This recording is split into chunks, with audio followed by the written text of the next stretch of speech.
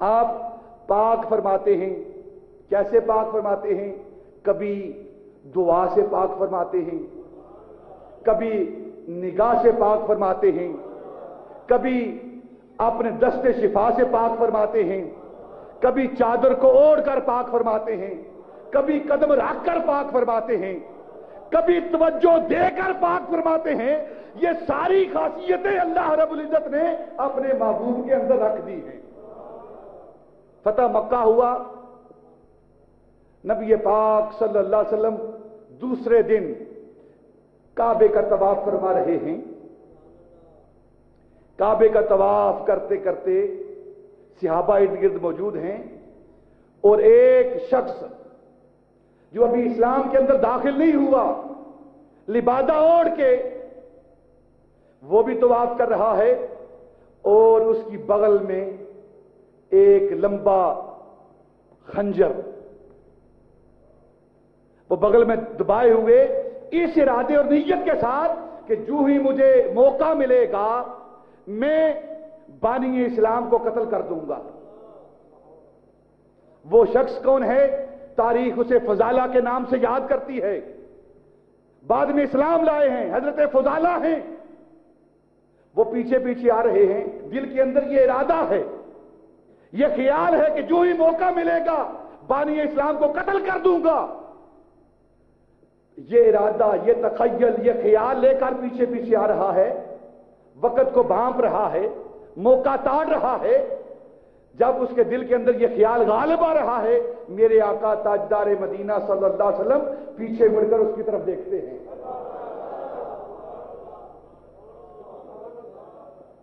فضالہ کیا ارادہ ہے؟ کیا نیت ہے؟ عرض کی کچھ نہیں، بس ویسے ہی طواف کر رہا ہوں. نہیں بتا کیا ارادہ ہے؟ بس اتنی بات کرنے کی دیر تھی، فضالہ تھر تھر کانپنے لگا. آپ نے توجہ فرمائی، اپنے قریب کیا، ساتھ لگایا. فضالہ قتل کرنا چاہتا ہے، لے کر لے، بس اتنی بات تھی. فضالہ قدموں میں گرا، یا رسول اللہ جس طرح باقی لوگوں نے کلمہ پڑھا ہے، باقی لوگوں کو آپ نے پاک کیا ہے، فضالہ کو بھی پاک کر دو.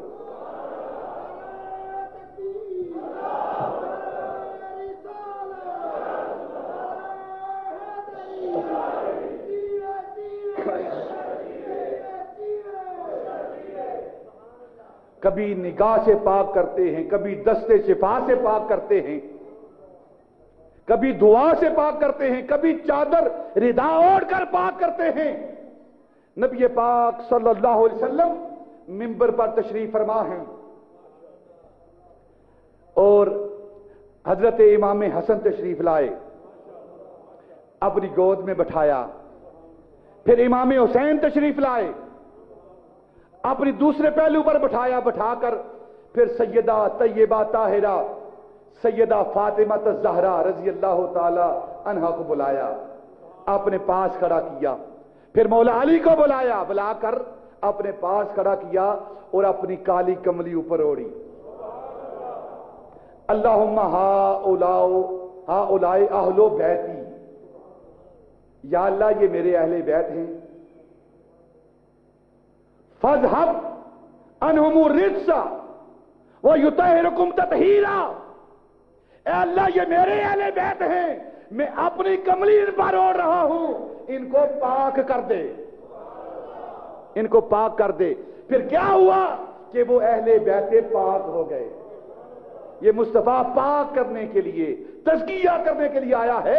کبھی چادر اوڑھ کر تزکیہ کرتا ہے، کبھی چادر اوپر بچھا کر تزکیہ کرتا ہے، کبھی نگاہ کر کے تزکیہ کرتا ہے، اور کبھی دعا کر کے تزکیہ کرتا ہے، پاک و صاف کرتا ہے. حضرت ابی ہریرہ رضی اللہ تعالی عنہ صحابی رسول ہیں، نبی پاک کے غلامی میں ہیں.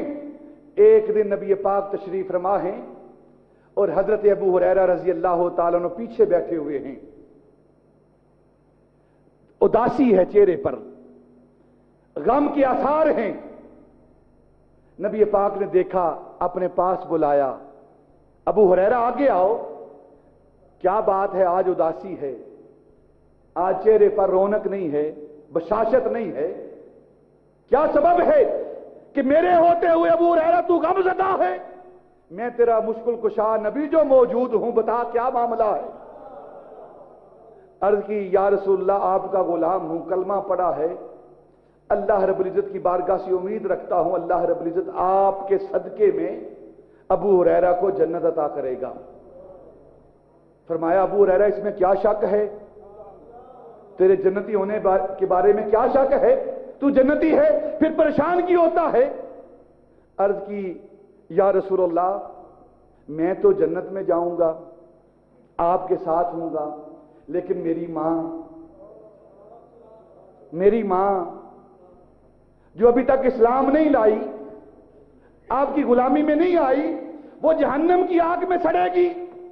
اور ابو ہریرہ کس طرح برداشت کر سکتا ہے کہ خود تو جنت میں رہے اور ماں جہنم میں؟ دیکھیں نا، ابو ہریرہ یہ برداشت نہیں کرتا۔ جو غلام ہے وہ یہ برداشت نہیں کرتا کہ ابو ہریرہ کی ماں وہ جہنم میں رہے اور ابو ہریرہ جنت میں رہے۔ جب غلام برداشت نہیں کرتا تو آقا کس طرح برداشت کرے گا؟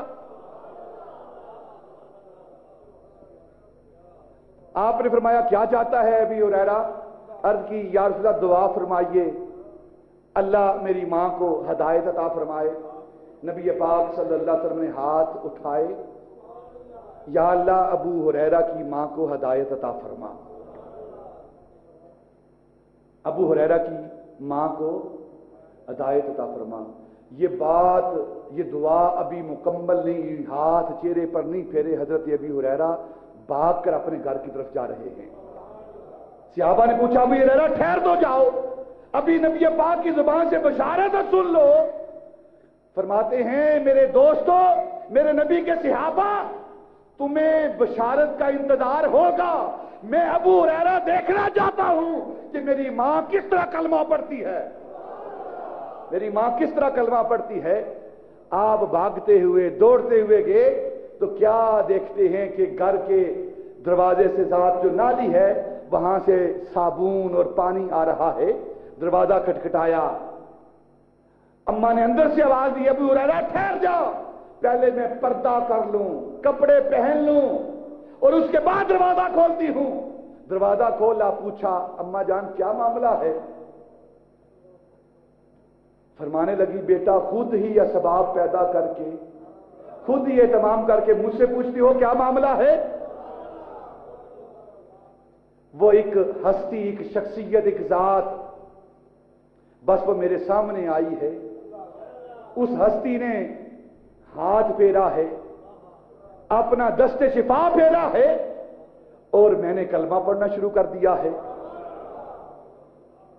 کبھی دعا کر کے نبی پاک صلی اللہ علیہ وسلم طہارت اور تزکیہ کرتے ہیں، پاکیزگی دیتے ہیں، کبھی چادر اوڑھ کے، کبھی قدم لگا کے، اور کبھی توجہ فرما کر۔ حضرت حبیب یمنی کے بارے میں، یمن سے حبیب آتا ہے اور تاریخ پڑھے، تاریخ اور سیرت کی کتابیں، حبیب یمنی وہ شخص ہے جو یمن سے آتا ہے، مکے کے اندر داخل ہوتا ہے، اس نیت سے آتا ہے کہ کسی کا علاج کروں گا، دم کرتا تھا، منتر پڑھتا تھا، جن نکالتا تھا، آسیب دور کرتا تھا کہ مکے کے اندر جاؤں گا شاید کوئی وہاں کام مل جائے۔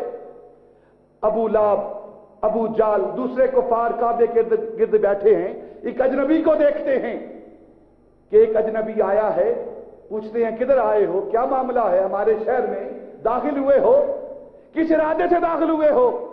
تو وہ کہنے لگا کہ میں دم کرنے والا ہوں، اس اسیب کے معاملات کا علم رکھنے والا ہوں، اس لیے آیا ہوں۔ وہ مسکرائے، طنز کی، اور طنزیہ انداز میں نے کہا ہاں ہاں ہمارا ایک شخص ہے، ہمارے خاندان میں سے ایک فرد ہے جس پر سایہ ہے، اسیب کا سایہ ہے، تو اس کو دم کر، اگر اس پر دم تیرا چل گیا تو پھر باقی کے لوگ بھی تجھے ہم دم کرنے کے لیے دیں گے۔ تو وہ چلتا چلتا، پوچھتا پوچھتا نبی پاک صلی اللہ علیہ وسلم کے پاس آیا۔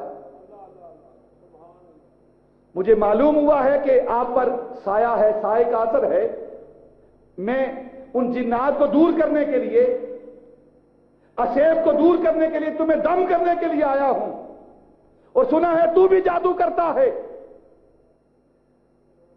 کہنے لگا کہ تم جادو کرتے ہو اور سنا ہے تم پر بھی اثر ہے، میں چاہتا ہوں کہ تمہارا اثر دور کیا جائے، زائل کیا جائے۔ آپ نے فرمایا نہیں، تجھے غلط خبر ملی ہے، میں اللہ کا نبی اور رسول ہوں، اللہ کا نبی اور رسول ہوں، میں تزکیہ کرنے کے لیے، تعلیم کتاب کے لیے، تعلیم حکمت کے لیے آیا ہوں، مجھ پر کسی جن بھوت کا سایہ نہیں، مجھ پر اللہ رب العزت کی ذات کا سایہ ہے۔ کہنے لگا اگر تم نبی ہو، رسول ہو، تو میں علم رکھتا ہوں، میں جانتا ہوں کہ جادو کا اثر صرف زمین پر رہتا ہے، آسمان پر نہیں ہوتا۔ تو تم ایسے کرو، یہ جو آسمان کا چاند ہے نا، اس کو توڑو، میں تمہیں نبی مان لوں گا۔ آپ نے فرمایا جن لوگوں نے تمہیں بھیجا ہے نا، ان کو بھی ساتھ لے کر آؤ۔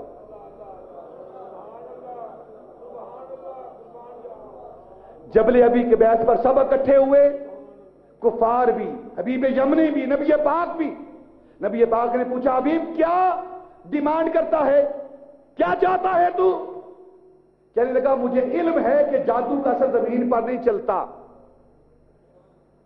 میں یہ چاہتا ہوں اگر تم نبی ہو، رسول ہو، تو آسمان پر جو چاند ہے اس کو چیر دو، دو ٹکڑے کر دو، اگر کر سکو تو کر دو۔ آپ نے فرمایا دو ٹکڑے بھی کر سکتا ہوں، دو ٹکڑے کر کے پھر جوڑ بھی سکتا ہوں۔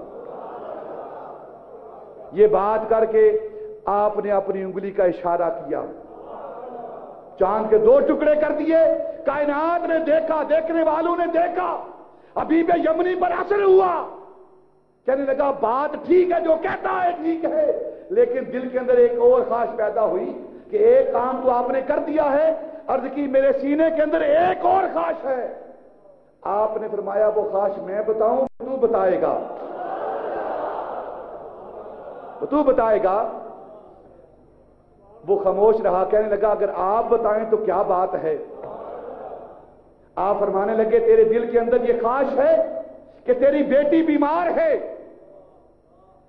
ہر وقت چارپائی پر پڑی رہتی ہے، چلنے پھرنے کے قابل نہیں، اس کی ادا کام نہیں کرتے، تو چاہتا ہے اس کو شفا مل جائے، جا میں محمد اسے شفا دیتا ہوں، اسے شفا دیتا ہوں۔